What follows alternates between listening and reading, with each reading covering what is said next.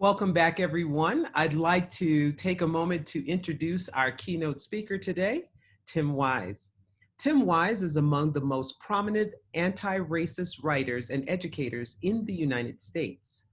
He has spoken in all 50 states on over 1,000 college and high school campuses and to community groups across the nation. Wise is the author of 7 books, including Under the Affluence, Shaming the Poor, Praising the Rich, and Sacrificing the Future of America, and his highly acclaimed memoir, White Like Me, Reflections on Race from a Privileged Son. He is also the host of the popular podcast, Speak Out with Tim Wise. He has appeared on hundreds of radio and television programs and is a regular contributor to discussions about race on CNN. Let's all welcome Tim Wise. Thank you so much. I appreciate the attempted applause by a few of you. That was very nice to witness. I've done a lot of these Zoom calls. I've never seen that. No one ever bothers because it's like you just clapping in your own house, and it's sort of weird. But you're doing the emoji clap, which is sort of cool and totally weird also. But very much appreciated. So thank you for that, and thank you for everyone who made it possible for me to be with you for this event. Who am I kidding? I'm not with you, but we're sort of together in a strange kind of virtual reality way. But in any event, it is great to be able to be with you and to talk about these important issues at what I think is even more so than perhaps we expected when we went into lockdown and scheduled this event. And when I was scheduled for this event, even more propitious timing than we may have expected. I don't think any of us really could have fully appreciated the way in which within just a few weeks, we would see what is now really become, I think without question, the largest uprising for racial justice and equity just quantitatively in this country's history, just in terms of the raw numbers of people, both going into the streets and also starting conversations in their homes and in their workplaces, even if those are virtual workplaces, or whatever it might be around issues of racial equity. Some of that, of course, had begun simply during the lockdowns and because of the moment of COVID-19 and the disproportionate rate at which the virus affects people of color, but certainly the intensification of that awareness with the death of George Floyd and Breonna Taylor and Ahmaud Arbery, among others, frankly, going back many years, has brought us to a place now where I think we are beginning, many people, including many people who have never really focused on issues of racial justice, are beginning to do so. And on the one hand, we can sort of lament the fact that it took something as blatant as the killing of George Floyd to spark that. But we can also realize that regardless of what it is that brings someone to a new level of awareness, rather than sort of tutting them for not having, understood it a week ago or a month ago or 6 years ago or all of their lives, it's better to have people coming to awareness late than never. And so the question really is, what do we do with that? What do we do to meet this moment? And to meet it in a way with a certain degree of deliberativeness and forthrightness that will allow our institutions and we as individuals to really move the country and the culture forward in a productive way and not squander this moment that we have. And so what I want to do is I want to talk a little bit about what this moment signifies for us, comfortably or uncomfortably. And then I want to talk about what we need to be thinking about as we move forward to try to create more equity within our institutions.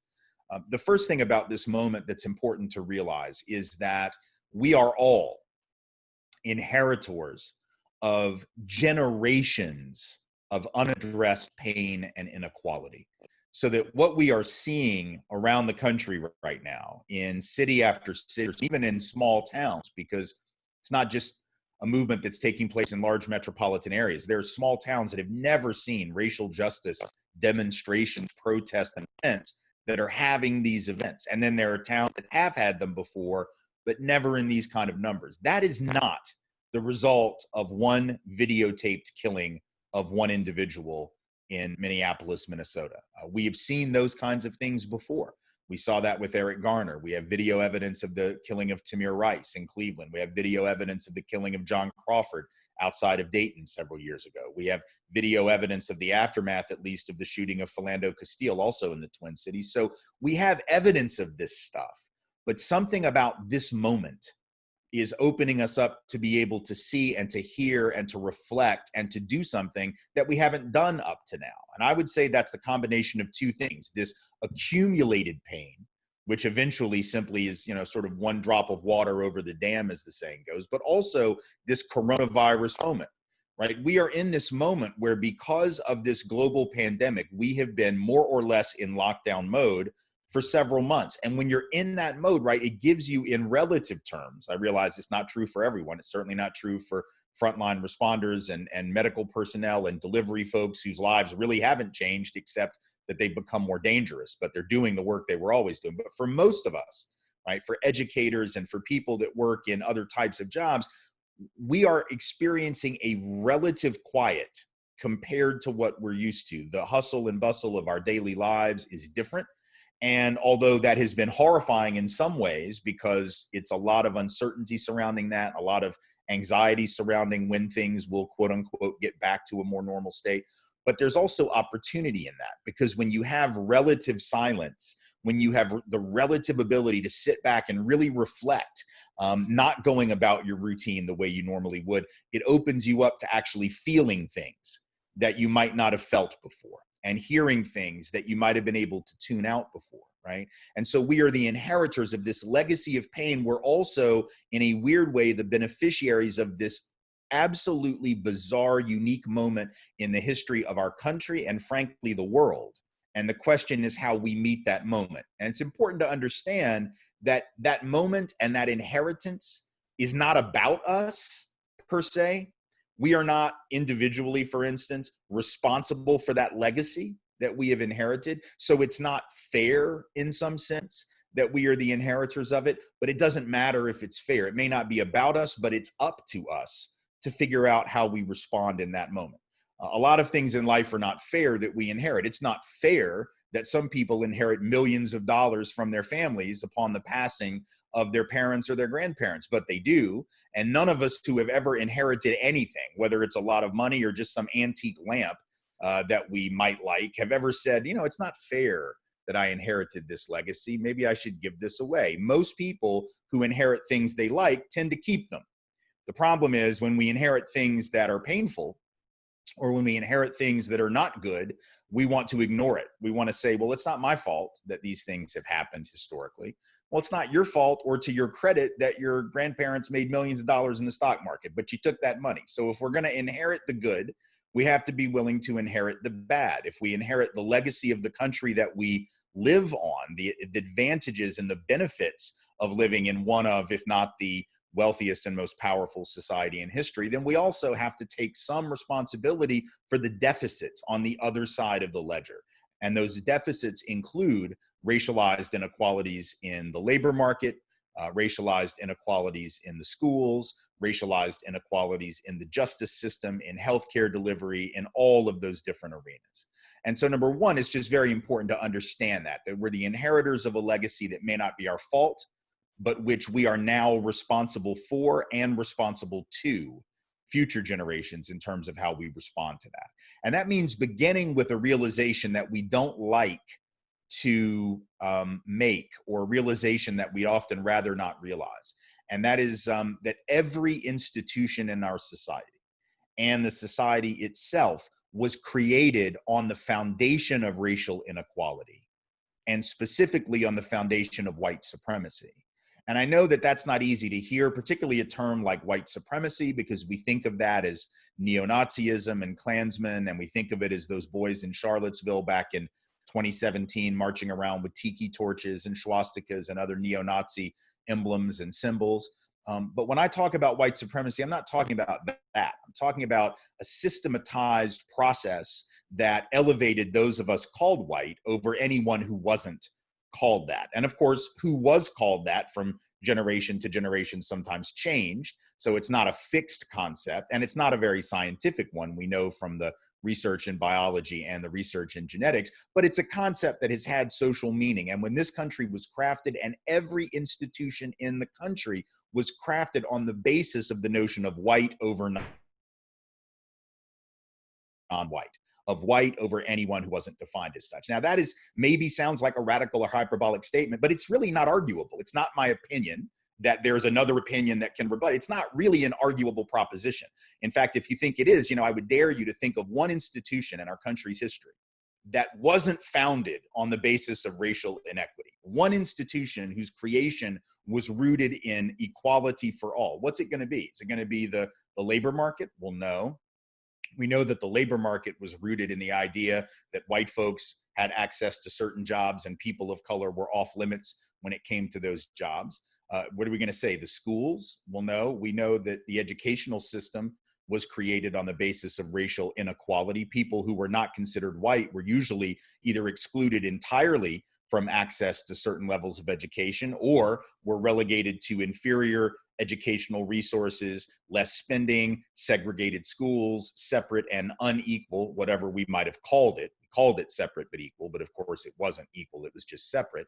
So the educational system was not set up for the purpose of racial equality. The criminal justice system, that certainly wasn't set up with the purpose of equality in mind. In fact, modern policing, whether we wish to acknowledge this or not, does in fact trace itself to the first iteration of law enforcement in what we now call the United States, which was the slave patrol. And slave patrols were things that all white men of a certain age in many communities were required to participate in. It wasn't even optional. You had to participate in patrolling to catch runaways and deliver them back to their quote unquote owners. And so what we had was a system that relied upon dominating Black people, controlling Black people, and requiring white people to collaborate with that system, which is the evil genius of it. It meant that even if you were a white person who maybe opposed slavery, and there were white folks who opposed the system of slavery, even on moral grounds, not enough, but there were some, but it didn't matter. You could oppose it and you could still be required to help enforce it. So we had a law enforcement system that was rooted in that. That was how Black peoples experienced policing from its inception. Later, it was the enforcement of Black codes and vagrancy laws once enslavement ended. Then it was the enforcement of segregation rules. I mean, who did that? That wasn't done by random white people who just went around and kept things segregated. That was done by cops with guns, with badges, with the authority of the state. Who was it that pulled those protesters off of those sit-in stools in North Carolina and in Nashville, where I live now, during the sit-in movement? Those were cops. Who were the people that turned water cannons and dogs on children in Birmingham? Those were cops. Who were the people that beat protesters crossing the bridge in Selma on the Selma to Montgomery March? Those were cops. Who were the people who have enforced the war on drugs? Right? Now, cops might not have passed those laws, but they're the ones who enforced them. And so when you go through the whole history, and we know, by the way, that's not a war on drugs, right? We do know that that's not a war on drugs because white folks use drugs and possess drugs and deal drugs. And I'm not even talking about the legal weed shops y'all have in Colorado. I mean, like just street dealing. White folks do that as often or more often than Black and brown folks do, but we know who gets arrested. The data nationally says Black folks and Latinx folks 4 to 5 times more likely to be arrested for a simple drug possession offense, right? And more likely to be arrested for dealing and sent to prison, incarcerated for that. Who enforces the war on drugs? It's been police. And so if I'm a person of color in this country, especially Black, right, that has been my experience of policing. It has not been the experience that most white folks have had.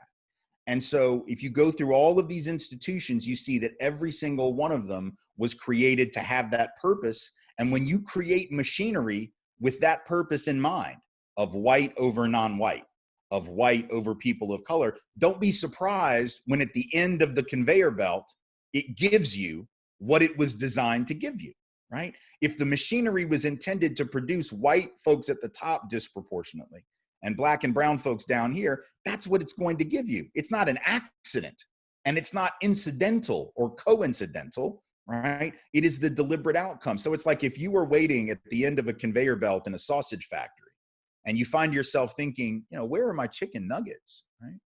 It's clear that you didn't read the sign before you went into the building. It is a sausage factory. It is intended to give you sausage. Thus, you should probably expect sausage. And if you're waiting for chicken nuggets, you're going to be waiting a very long time. So same is true here. If you're waiting at the end of the conveyor belt in American education, for instance, the end of the K-12 system or the K to 16 system when you think of undergrad, or the K to 19 or 20 system when you think of graduate school, whatever it is, if you're waiting at the end of that conveyor belt and you're not understanding why we have racially disparate outcomes in performance, why we have racially disparate outcomes in test scores, why we have racially disparate outcomes in terms of punishment and discipline within our K-12 schools. Well, why is that confusing? If the system was set up to produce certain outcomes, we ought not be shocked. And so when we then look and we see, oh, we have unstandardized schools with unstandardized students teaching unstandardized curriculum from unstandardized family backgrounds and unstandardized communities, and then we give them all a standardized test, which will then determine if and where they go to college, why would we be surprised that the outcomes will be disparate when we fund most of our K-12 schooling on the back of property taxes? And that has a direct relationship not only to class, but race, right? Because of the property values in more affluent versus less affluent communities. Why would we be surprised at the racially disparate outcomes? We have a school system, just to put this in some perspective, historically, that was created very deliberately to produce inequality. And not even, I mean, it was so blatant that race wasn't even thought about. It was so obviously racially disparate that it wasn't even thought about. But Thomas Jefferson actually talked about this in Notes on the State of Virginia, which is one of his most famous writings. And in there, he talks about how the new country was going to need a certain degree of, education. And what he argued for was 6 years, I think it was, of compulsory education. And he was only talking about for white people. He didn't mean for black folks, and he didn't mean for native folks. He's just talking about white people. And he thought that 6 years would be enough because that would allow the new country to, in his words, rake a few geniuses from the rubbish, right? So basically what Thomas Jefferson was saying, and keep in mind, he's just talking to white people now. He was basically saying, white folks, most of y'all are garbage. Just so you know, like, I definitely don't care for the black folks, and I definitely don't care for the indigenous folks, but I don't really even like most of y'all. Like, most of y'all are actually still trash. But if we give everybody 6 years of school, we'll figure out the handful of y'all that are geniuses, and then y'all can run stuff with me and my buddies, and the rest of y'all will just, be garbage, and you'll do the hard work that we don't want to do. So there's a guy, Thomas Jefferson, who, by the way, founder of the University of Virginia, was considered a forward-thinking educational philosopher, actually, a theorist of schooling. And he was basically announcing the purpose of school is inequality, not equality. I talk to teachers all the time. They say, I got into teaching because education's the great equalizer. For real? Where? Because it wasn't set up to be the great equalizer. There's no evidence that it produces equal outcomes. So it seems to me, if you think that education's the great equalizer, you got to go back to square one and look at why it was established. Thomas Jefferson tells you why it was established. 100 some odd years later, Woodrow Wilson, who also would become president, but before he did that, he was the president at Princeton University. And he was also a very well-regarded educational theorist, considered very progressive, actually, in his day around educational issues. And he said something very similar. He said, what we need is one group of people to prepare themselves for the receipt of a liberal education. That was the term they used to use for college, right? And what he said was, we need another group, much bigger by necessity in this and every other society, to forego the privilege of a liberal education and just prepare themselves for the performance of certain difficult manual tasks, right? So there was somebody, another educational thinker of great renown, saying, purpose of schooling is not equality. It's not fairness. And that's just for white folks. Woodrow Wilson was a blatant racist. He didn't want to educate black people at all. He's just talking about white people, basically saying, no, some of y'all need to lift things and the rest of us need to run things, right? So inequality was deliberate. It was baked in, and that was just class. When you add race to that, which was like taken for granted by Jefferson and Wilson, then you see why you get racial inequality. Now, fast forward another roughly 100 years, and you get to about 2001. So George W. Bush had been elected, and they had just passed the No Child Left Behind law for education reform. And I'm watching Sunday afternoon, one of those talk shows, political talk shows. And the guest that day was William Bennett, who many of you will recall was the Secretary of Education under the Reagan administration. He was also the drug czar. He didn't do either job real great, but he was the Secretary of Education for Reagan until recently, arguably the worst education secretary we've ever had, but records are meant to be broken. So there you have it. And Bill Bennett, on this particular talk show, was asked a question. And the question he was asked was, Secretary Bennett, what do you think the biggest problem facing American education today is? And that's a huge question, right? Like, you could ask all of us on this call that, and we might have dozens of different answers, and they might all be good. And it would be the kind of question that if you asked me on national television, I'd probably be like, can we go to break? I need like 2 minutes. I just need to think about it because it's a big one and I don't want to screw it up. Bill Bennett had no such humility, no such concern about messing it up. He had an answer. He was ready. So remember the question, what's the biggest problem facing education today? And his answer was, his words, too many people are going to college. Now, I want you to step back for a second, as I did on that Sunday morning after like spitting my coffee out, and think about what he's saying. Because he didn't say too many people going to college who can't afford it. That's arguably a pretty good answer because it's too expensive. He didn't say too many people going to college who aren't adequately prepared because we haven't adequately resourced our K-12 schools. That would be arguably a decent answer, right? He just said too many people going. And I found myself asking, who is he talking about, right? Who does he mean? Does he mean the rich and mediocre children of rich and mediocre parents who were themselves the children of rich and mediocre parents? Because I've known a lot of rich and mediocre people in my life, right? There are lots of rich and mediocre people all up and down the East Coast prep schools of this country who get C's at the boarding school, but they still oddly end up in elite colleges, and they still oddly go on to law school, and they still oddly become doctors, and they still oddly go on to run their parents' businesses. So clearly one can be rich and mediocre, and no one questions whether you're going to Yale. No one questions whether you're going to the state college down the road. No one questions if you're going to get a college degree because it's assumed that you will do that. So when Bill Bennett said, too many people are going, who's he really talking about? Almost by definition, we know, right? He's talking about the kinds of people who normally would not have gone to college back in the day. And who are they?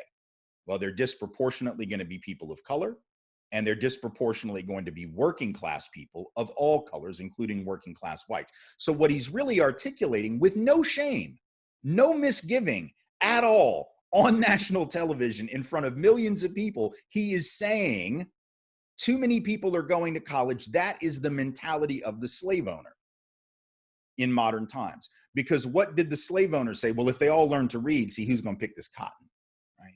And if they all learn to read, who is going to do this work? Who's going to build the levee to protect my house from the Mississippi River? See, if they learn to read, they're going to think they're too good for that. Well, Bill Bennett basically is saying, if they all go to college, who is going to clean up the garbage on Wednesdays in my neighborhood? Who is going to pick up or clean out the bedpans at the hospital? Who is going to change the sheets at the hotel? See, because we assume that the people who do that, can't be people with college educations. We use education as a credential to limit access within the job market. So what he's doing is he's articulating inequality as a goal, right? He's saying too many people going to college. It's messing up our thing. Because if everybody goes, they're going to think they deserve better than those really difficult jobs that some of us who are educated, are too good to do. So what does that mean? It means that our institutions were set up to produce inequality, and they are continuing to produce inequality. And if we start with the assumption that that's a mistake or a system failure, or just because we haven't put enough money into the system, or we haven't done enough training, or we just don't quite know how to do it, nonsense. It's happening because that was its purpose. And so if we want the outcome to be different, we have to literally start by retooling and rethinking and reimagining the machinery, right? It's like when I look at my phone, where I got apps on this phone, and every couple of days I get an update. They send me a little thing. It's like, oh, there's a glitch. Oh, but don't worry, just download this patch and everything will be fine. Yeah, there's no app. There's no patch for racial inequality in the school system that you can just download and put into the system and it'll be okay next week. Same thing with the justice system, same thing with the labor market, same thing with healthcare delivery. If these things were established with inequality as a precondition and a purpose, You have to actually reconceptualize things in order to move in a different direction. The second realization, once you realize that first point, right, which is that these things were established this way, so inequality ought not be a surprise. The second piece is then to understand that because of that, we have experienced these institutions profoundly differently. And it's going to shape the way that we relate to them. So part of the interpersonal stuff that people get tripped up on, where, you know, people are very, I see this a lot, especially with white folks, because we've had the privilege of not knowing why these systems were set up and for what purpose. And we've had the privilege of being oblivious to the way other people are experiencing the institutions. We then feel like fish out of water trying to have conversations about these things. And we get very nervous sometimes trying to have cross-racial conversations within our workplaces or within our communities or, you know, religious institutions that we might belong to. I mean, whatever it is, we did have a very hard time. And we shut down because we're just afraid, oh my God, you know, I don't know how to talk to people. I don't understand these things. It's all so new to me, right? And this is very true. I mean, we have come to this sort of learned helplessness about talking through these things because systemically we have experienced the world so differently that we can't even relate to one another in the same way anymore. And this happens to us even if we had personal connections to people across racial lines, like early on. A lot of kids, you know, when they're young, I've talked to people all around the country for 25 years doing this work, and I'll hear stories about, you know, how when white kids were young, they went to schools that were relatively integrated. Oftentimes, they had black and brown friends. They played on teams. They hung out, and then, but over time, they start to sort of pull apart. This happened to me. I actually grew up in the 70s and 80s, and went to a mostly black preschool. Went to K-12 schools that were about 40% African American. 35 to 45%, and played on ball teams that were mostly black kids, you know. And yet what happened during that time was that because the institutions were treating us so differently, the schools, you know, law enforcement, the people that we would interact with when we would go shopping, even, you know, just the way we were treated in stores or whatever, because those experiences were so different, the way that we were personally feeling about them was different. My frame of reference and my black friend's frame of reference became totally different. And over time, if you have frames of reference that are totally different, having these productive dialogues becomes more difficult, right? Because we can't relate across lines of ideology or feeling when we're not able to relate over lines of experience. Systemic experience leads to differential perception. And if black and brown folks are experiencing law enforcement one way, jobs one way, schools one way, and white folks are by and large experiencing it a different way, it becomes very difficult to actually understand where the other person's coming from. And I gather that this is one of the reasons that white Americans in such large numbers, not all, but in large numbers, seem to have such of a problem getting our heads around slogans like Black Lives Matter, right? Because to us, we more easily pivot to the idea that, well, all lives matter, and of course that includes black. See, of course it doesn't just naturally include black. And if we understand the history of the country, we know that it usually hasn't. All has been around for a long time as a concept in our country. Thomas Jefferson said, all men are created equal. The Pledge of Allegiance ends with that line, liberty and justice for all. But we know that when Jefferson said it, he owned over 200 people, so he clearly didn't mean it. We know that when the pledge was written, first in the 1880s and then rewritten in the 20s and then rewritten in the 50s, none of the people that wrote any of those versions really believed it meant black folks too. So if I know that history, if I understand the way that blackness has been devalued, if I understand the way that blackness has not mattered in the eyes of institutional authority, then when someone insists to me that I need to say Black Lives Matter, I don't get freaked out about that. I don't get defensive about that. I don't feel the need to retreat to, well, all lives matter, because I understand what's being said. So my point being, if you understand the history and you understand the institutional purposes of that history, then it's easier to have these conversations without the tension, without the recrimination, without the misunderstanding. But if you've had the luxury of being oblivious to the realities of other people, then that is going to make those conversations very difficult. So reviewing now, the first realization, realizing these systems were set up this way. The second realization is understanding that different experiences will lead to different perceptions, which will complicate our cross-racial collaboration and make us, sometimes have more anxiety about that than we should. And then there's a third realization, and that is that if you don't understand how the past affects the present in all of these different systems, you will end up rationalizing inequality and doing nothing to challenge it. And since the goal here is to challenge it, not just to understand it, then we'll end up keeping it in place. Here's what I mean by that. So what's the one thing, if I were to ask everyone on this call, or if I were to ask anyone, anywhere, what is the one thing that we most definitely have in common in terms of what we've been told about this society? Regardless of our race, regardless of our socioeconomic status growing up, regardless of what part of the country we grew up in, regardless of any of those factors that make us different from one another and make us unique, there's one thing that we've all been taught.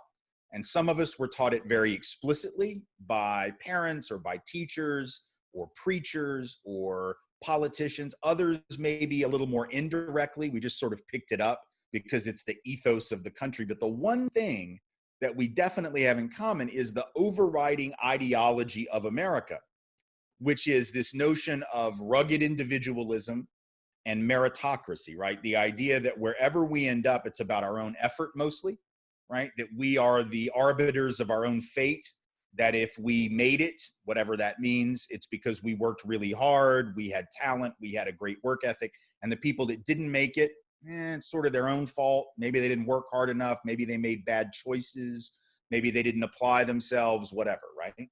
And that's our cornerstone ideology, the idea that wherever we end up is about us. That is like the secular gospel. It's Genesis 1:1 in the Bible of Americanism, right? Now, here's the problem. When I take that idea, which itself is, I would say, a little naive, but it's not inherently racist. It's not inherently sexist. It's not inherently classist, if you will. It's just an idea that I think, the evidence says isn't really very true in many cases. But when you take that idea and you put that over a society of profound racial inequality and profound gender inequality and profound economic inequality, what do you think happens? Well, what happens is I grow up hearing that wherever I end up is all about me, and wherever you end up is all about you. So if you end up running the company, must be because you're really smart and you worked really hard. And if these folks are disproportionately on the bottom of the labor market, must be something wrong with them. And if certain people disproportionately end up in jail, it must be because they're disproportionately bad criminal people. And if other people don't end up in jail, it must be because they're not. And if certain people end up with disproportionately great educational outcomes, must be because they worked harder. And so I end up coming to conclusions that are racist and sexist and classist because I'm taking that ideology and I'm looking around and I'm seeing mostly white folks on the top of the structure and disproportionately black and brown down here, men up here, disproportionately women down here, rich up here, everybody else down here. So the evil secret then of the society is you don't have to be a bad person at all. You don't have to be racist or sexist or classist in any conscious, deliberate way to perpetuate inequality. Because if I'm not challenging that conditioning, if I'm not interrogating that ideology, which we are not encouraged to do in this society, we are encouraged to just accept it, then I am probably going to look around, I'm going to see disparity, and I might feel bad about it. I might go, oh gosh, that's a shame, that these people are underprivileged and it's just so awful. Maybe I should help them with a little charity here, a little charity there. But I'm not going to challenge the structures that bring about that outcome because the ideology of America is telling me they sort of deserve it. And the people who are on top sort of deserve that. And so if I come to accept that, I'm rationalizing the disparity now. And once I start rationalizing it, I ain't doing anything about it. I'm not going to challenge it. I'm not going to try to intervene because I think the systems are basically fair. They might need a little tinkering, maybe a little more money for this, a little more money for that, a little training for this, a little training for that. But for the most part, it's all about individuals. Now, what's interesting is we've told that story forever. We've told that idea of rugged individualism. We were using that ideology. That ideology didn't just come about like 50 years ago when civil rights laws were passed. That was the ideology during segregation. wasn't it? That was the ideology when women weren't allowed to vote.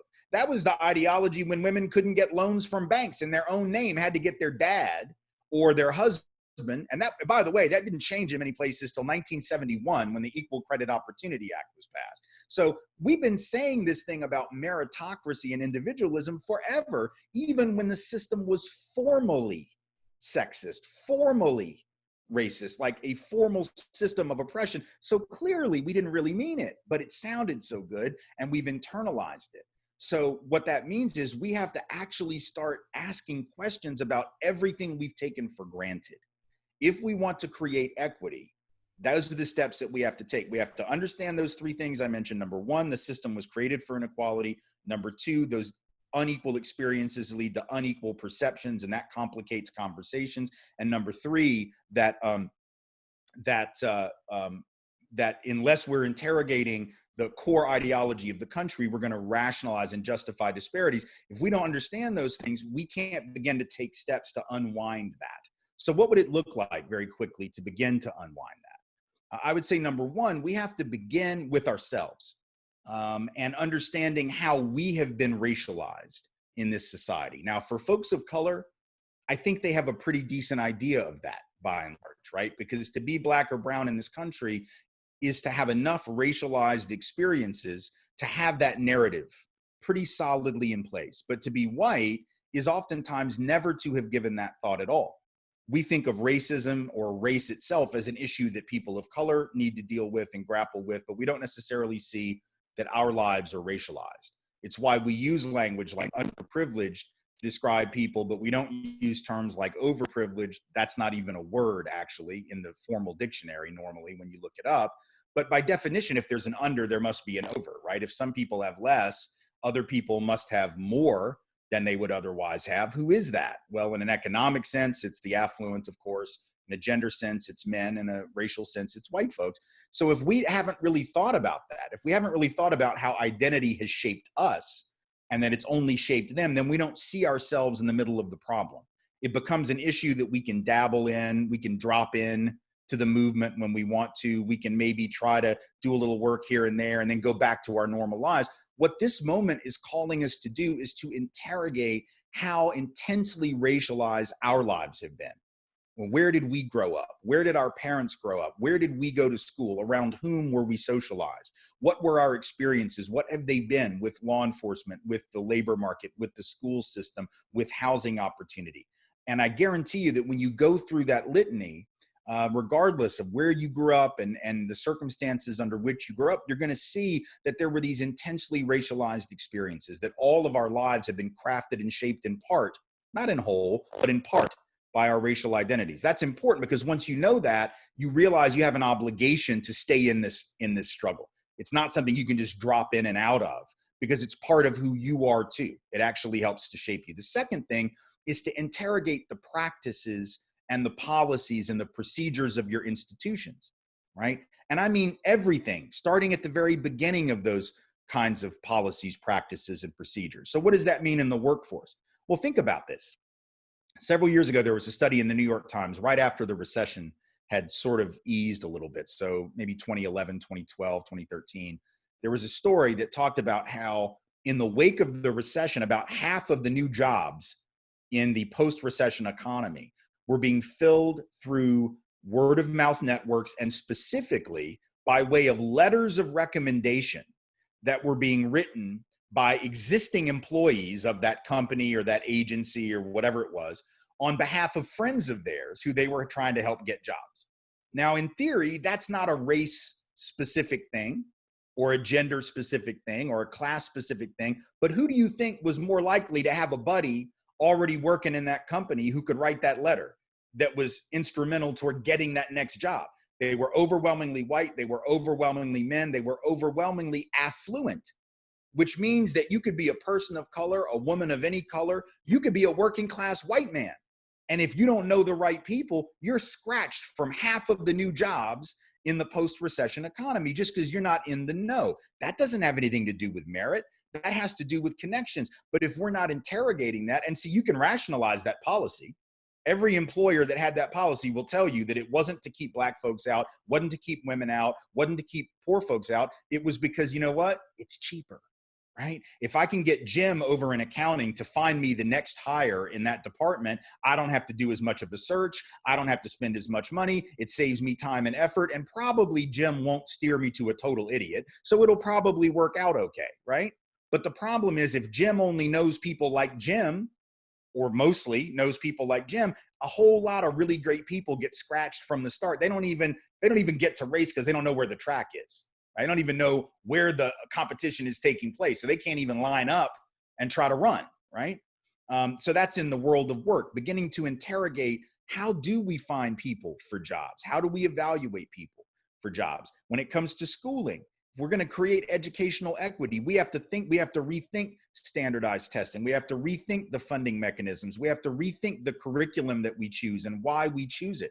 We know from the research that you can't teach what you don't know. So if we as teachers and educators, if we weren't taught how to talk about these issues, we're not going to be able to pass on to our students how to do so. That means we need to find out how to do the things that we've never been able to do before. That means we have to go outside of our comfort zone and interrogate the practices that we take for granted as normal. The same thing in law enforcement, right? Within the world of law enforcement, there may be a certain logic. For instance, I've heard people who will sometimes try to rationalize stop and frisk, racial profiling, disproportionate use of physical force against black and brown peoples, disproportionate police shootings of black and brown peoples, which are indisputably true. We know from the data about 2.5 to 3 times more likely for black folks to be shot by police than white folks. And we know that's true even when they are unarmed and posing no direct threat. But sometimes people will rationalize that by saying, well, you know, the crime rate, generally speaking, is higher in black communities than white communities. So that probably explains the disproportionality. Let's just say, for the sake of argument, that that's true. I think there's some evidence that that's not all that's going on, but let's just, for the sake of argument, pretend that that's true. Here's the problem. Like in New York with stop and frisk, right? They had a statistical basis for those stops that they would argue. The chief of police, Ray Kelly, would say, for instance, at the time, black folks committed disproportionate amount of the violent crime. That's why we're stopping them. Here's the problem. Only 15% of the time were those stops that were made because they were investigating violent crime. That's according to the NYPD's own data. They weren't stopping people because they were the people that held up the liquor store the night before or committed the aggravated assault or the murder or the sexual assault. They were stopping people looking for drugs. They were stopping people looking for contraband that they had stolen, and they almost never found it. In less than 2% of the instances did they find drugs or guns. In less than 6% of the instances was anybody ever arrested. Most people didn't even get a citation, right? Like more than 9 out of 10 didn't even get a ticket for jaywalking. Most of the people who got stopped were completely innocent. And yet you can justify the disproportionality, theoretically, based on the crime data. You can say, well, we're just playing the odds. The problem is the person you stop who didn't do anything and who didn't actually give you any reasonable suspicion that they had done something, that person experienced that stop as an act of racial subordination. That's how they experienced it. It doesn't matter what your intent was. They were spread out against the wall, people watching them as the cops go through their pockets and speak to them as if they were criminals. And the fact that that person didn't have anything on them and didn't go to jail, that person walking by, seeing them doesn't know that. It's like watching these cop shows on television, some of which, like Cops, was recently canceled. But for years, you watch that. They always had that disclaimer that says, these people are, presumed innocent until proven guilty. How many folks you think actually watch that and think any of those people are innocent? We start with the assumption that they're guilty or they wouldn't be on TV. Former Attorney General Ed Meese under Ronald Reagan famously said in 1985, if you've been arrested, you're not innocent. So there have been law enforcement officials in this country that start with that assumption. So we have to go beyond the intent standard and start looking at the impact of our actions, interrogating our actions. They might make sense under some type of statistical inference. They might make sense based on some, sort of personal experience that we've had. They might make sense. Some of these job requirements that we have, might make sense. It might be true that for certain jobs, you do need a certain education. Yes, if you want to be a brain surgeon, I need you to have gone to medical school, for sure, right? Not going to argue that, even though that might have a disparate impact because certain people have had access to medical school more than others. You got to know what you're doing before you cut open my head and, mess with my brain. Okay. But the vast majority of jobs are not like that. And so when we say things like, and I've seen ads, 5 to 7 years experience required, 4 to 6 years experience required, 7 to 10 years. And I'll ask people, why? Why 5 to 7? Why 6 to 10? Why 4 to 6? Why not 1 year, 6 months and 3 days to 4 years and a week? And they'll say, well, never once has anybody said that they studied it and came to the conclusion that that's what you had to have. It's just what the last guy had. And the guy before that usually is the guy, right? It's what we've always done. Well, the problem is, if I'm using criteria that I've always used in a society where not everybody has had access to the same credentialing and the same opportunities, I'm going to perpetuate injustice. I'm going to perpetuate inequality, totally not on purpose, but the outcome is going to be the same. So we have to start with that proposition, interrogate our own stories and our own narratives, interrogate the institutions and the policies that we've come to take for granted so that we can begin to unspool this process of inequality. And I'm going to leave it at that. I have spoken enough. I want to take questions. I want to thank you all for sticking with me, including that brief technological glitch. And I will take any questions that you have. I'm not sure if I guess they're going to be fielded by y'all, or do I have to look at the chat? How's that going to work? But whatever it is, I'll let y'all answer. But thank you very much. I appreciate the chance to be with you today. Thank you. Erica is going to read the questions to you directly. Yes, Tim, thank you very much. I will go through the list of questions that I've gotten so far. Great. The first question for Tim: how do we share this history of structural systemic racism when we are in the age of fake news and our history books being whitewashed? Well, it is definitely, a challenge, I think, to make sure that the information we're getting is quality information. There's a lot of, bad and fake information out there. And there are people who I think take it as their life's mission to distort some of the reality and confuse people. And so we have to be very careful technologically in terms of the source material that we rely upon. I think we need to be teaching in schools media literacy to young people so that they know how to discern the truth from the fiction and know where to find good information and how to fact check and how to do real, what's called historiography, right? Actually being able to look at history and the narratives and figure out, well, now, is this right or not, And interestingly, a lot of times when I say we need to teach that to young people, sometimes young people could teach us too, because young people who are much more technologically adept, I think, than many of us older folks, actually have a really good BS detector for fake news, much better than their parents and their grandparents, 9 times out of 10. So I think sometimes instead of teaching them, we ought to actually have young people tell us, well, how do you know what's real and what's not? How do you know what's legit and what's BS? Because I've got a 18 and 16-year-old, and they're pretty good at going beyond the first thing that pops up when they Google something. They know to go deeper than just that first link or that second link or whatever's on Wikipedia, which you can edit yourself, and all kinds of incorrect stuff can be up there. So I think we want to teach media literacy to ourselves, to our kids, have our kids help teach us.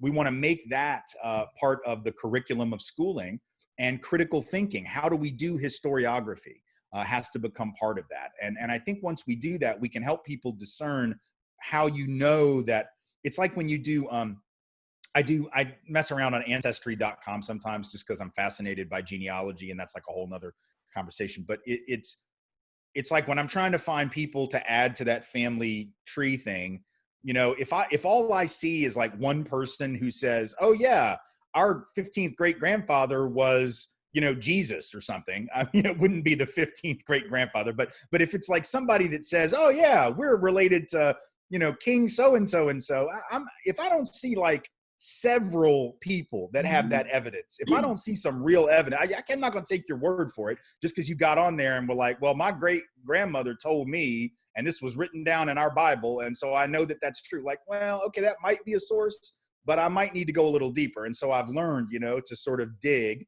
And I think anybody can be taught to sift through the noise to figure out what's really the, you know, the underlying reality. Thank you, Tim. I have the next question for you. How do educators who feel that they are not supposed to discuss race, religion, prejudice, and any controversial topics begin to address these things with their students, especially students of color who will come back this fall energized and ready to talk, confront, address these issues? You want to go first, Dr. Lewis? Sure, that's an excellent question, because sometimes we're bound to what the policies are of the school. I believe that there's an opportunity to begin with an open discussion for them to start communicating with each other, and not for you to put your opinion in, but be there to facilitate that discussion so that it doesn't go out of control. And so that begins to have the discussion. You listen to it, you record some of that information, and then share it with the powers that be to say, this is what our students are talking about. This is what they're curious about. And now what do we do from here? How can we bring this into the classroom to be able to help them to process the information? So that's how I would begin. Tim? I would agree with that. The importance of letting them have their own conversations, facilitated perhaps by professional educators. The only thing only caveat to the part about recording it and sharing it with administrators, make sure you get, you know, the permission of the participants, that they, you know, because there might be some people who don't really, not comfortable with the administrators knowing how they're feeling, especially if that conversation is about internal dynamics of the institution. But other than that, absolutely important. I also think that educators can play an active role in dropping the veil of objectivity that we carry around as educators. I think a lot of times teachers have been led to believe that they are supposed to be these neutral arbiters of information, that our jobs as educators, whether that's in a classroom or whatever, is just to sort of dispense, you know, content wisdom. Am I back? You are. Sorry, that one was me for sure. The signal went down.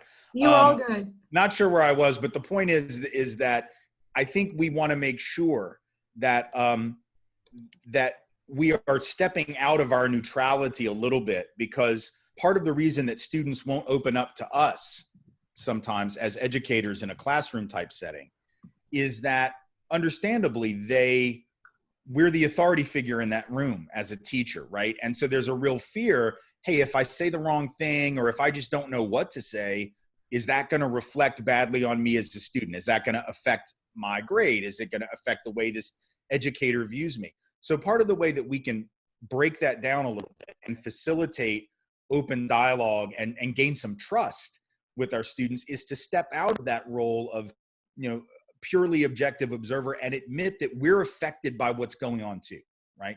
That we're affected by the world around us, that we're not just these neutral arbiters of information and these dispensers of content-based wisdom, but we're also human beings who watch the news, who are affected by the news, who have experienced the world, and that we need to be honest and upfront about that. And I think that students appreciate that candor and that transparency, because if I'm willing to be transparent with a student, that student is going to be more likely to know, well, I can be transparent with the educator, because they're not going to jump down my throat. They were already honest.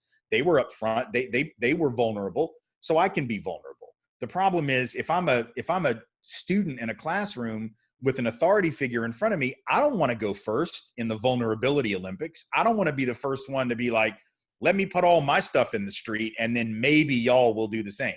But if I'm the teacher and I put my stuff in the street, then other people might be willing to do the same. And then we're actually breaking down some of the mistrust and the anxiety. I want to just add to that, Tim. When you do that as an educator, that's a way to bend your privilege. And I do believe that you can literally take and put themes together as opposed to specifics of what the students actually said. Fantastic. For sure. Thank you. Tim, do we have time for one more question? I'm good. All right. So the next question that I have on my list is actually from Dr. Lewis. And the question reads, how do you differentiate between ally, advocacy, and co-conspirator? So I'm a bit conflicted on the terminology issue and the concept issue. I think whether we choose ally, accomplice, co-conspirator, collaborator, whatever term you prefer, I think all of them need to be verbs and not nouns. Okay, meaning that they are not about who we are or who we claim to be. They're about what we do. And so a person can claim to be any of those four things: ally, accomplice, collaborator, co-conspirator, whatever term you prefer, and not really be doing any of those things. Or one can use a term that you might not think is the best term, but really be doing the work. And all I'm really concerned about, frankly, is the work. I'm a lot less concerned about the term we use, because every one of those terms has problems. I know everybody, sort of gets tight about ally, and there's a lot of reasons for that. Some of them I think are reasonable arguments. Some of them I don't think are all that strong. But like the accomplice or the co-conspirator, well, there are problems with that language too, because an accomplice or a co-conspirator in linguistics, in our language, normally those are criminal things.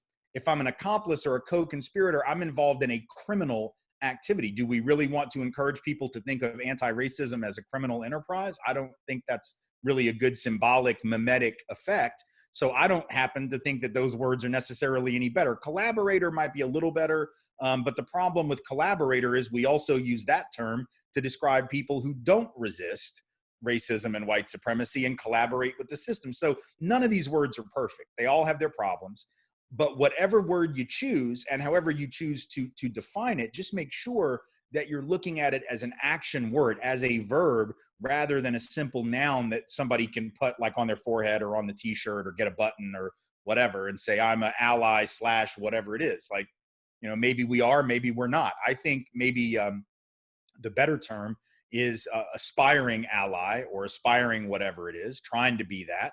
Or, just if you're a white person doing anti-racism work, a white anti-racist. If you're a man doing anti-sexism work, a male anti-sexist. I mean, whatever. Like, just you can just be very deliberate and specific about the wording as well, without having to be cutesy and come up with new concepts. So. Thank you, Tim. That's very helpful. And I think that's probably a very common question that you get. We have one more here. I'll read it to you. And the question reads, why are brown people in cages so accepted by white people and not racialized as they would react to Black people in cages? I think there are two things. One is I'd like to think that we would respond differently, or not differently. I'd like to think that we would respond with horror at Black folks in cages. I'm not convinced that we would, but I'd like to think that we would. Of course, I'd also like to think that we would when brown children are. And I would guess that the reason we don't, and hopefully we will begin to, but the reason that we don't is that there has been a long-standing narrative that the right has played upon and that others have not done a good enough job of refuting, which has to do with who is an American and who can be an American, who belongs in this space. And there are lots of white people who have grudgingly accepted that Black folks can be here, not on an equal term, still subordinated, but can be here because they've been here a really long time and in fact have been here longer than white folks. The first African peoples were dumped off the coast of South Carolina in the 1500s, so they were here long before English folks came. But we still haven't been able to get our head around, apparently, the idea that Latinx folks also have a claim on this land, which is interesting. Well, why don't we believe that? Well, in part, we don't believe it because we don't understand the history of, particularly of Chicanx peoples. We don't understand the history, particularly of Mexican folk, and how half of Mexico became part of the United States in a war of aggression that our country, frankly, started. And so we don't see these folks as indigenous to the continent, even though Latinx folks are typically half at least indigenous and half European. Sometimes the mix is different, but you know what I mean, that there is indigeneity in those communities, which actually ties them to this land again before quote unquote white people got here. But if you were to ask 1,000 high school graduates about that, if you were to ask 1,000 college graduates about that, they would probably not realize that anything that I just said was true because it isn't discussed. And so I think part of it is we can dehumanize, it's not even it is dehumanization, but it's also this idea that, well, these people don't belong here anyway. They don't have any claim on this space. They are here, quote unquote, illegally, even though, you know, you can interpret the Treaty of Guadalupe Hidalgo to say that many of them actually do belong on this land, different legal interpretations of that treaty in the wake of the war with Mexico. But the point being, if you think that way, and if you otherize brown people in that way, then it becomes very easy to view them and treat them as we're treating them. And particularly when there's an administration in power that has played that over and over and over again, and that rhetoric has been allowed to build up for a very long time in our culture. So I'm not sure that we would respond as well as the question suggests if they were Black. But if there is a difference, it certainly isn't because anti-Black racism is any less than anti-brown racism. It just plays out differently. Anti-Black racism, I would say, is still the root of othering on this land, and anti-Indigenous racism as well. And then that has the effect, the anti-indigeneity piece has an effect and a spillover on Latinx folks that we're seeing at the border right now, the southern border, I should say specifically, since we don't seem very concerned about the northern border and people coming from Canada to take advantage of our superior healthcare, I guess. So it's very specific who we otherize, right? We wonder why, right? Tim, I have another question for you. Sure. And the question reads, Tim, do you have any published talks or written materials that we can share with others? Where to find them? Sure. Well, I've written 7 books, and those are all available online. You can get them either at Amazon or at whatever online bookstore you like, or when real bookstores open up again, if that ever happens and you still happen to have one, you can get them there too. And then I have most of my essays, at least for the last 3 years roughly, are at medium.com. You can search under my name. My website is timwise.org, and there's a lot of older writings on there, as well as some video material. Haven't updated that in a few years. Most all the new stuff is over at medium.com. And then I also have a Patreon where I post audio commentaries, and you can become a patron or a sustainer over there and listen to dozens and dozens of audio commentaries, as well as my normal weekly or bi-weekly podcast, which that part's free. You can always listen to those online at speakoutnow.org or at Apple iTunes podcast or Spotify or wherever. You can find the show there. And then the additional audio commentaries are available at patreon.com/speakoutwithtimwise. And there's a ton of YouTube videos as well of older speeches of mine that are available. There are 2 documentaries that I helped put together that are available from the Media Education Foundation, which is mediaed.org. One is called White Like Me, and it's a look at implicit bias, subconscious bias, and the sort of the unreality of colorblindness, I guess, if you will. It was put out several years ago before the election of Donald Trump. So it actually looks at racism in the age of Obama. And then the follow-up to that is called Great White Hoax. HOAX hoax, and that looks at the politics of race and class in the era of Donald Trump. And so it's sort of a follow-up a little bit to the White Like Me video. It looks at the way that race and class has played out historically and brought us to this moment.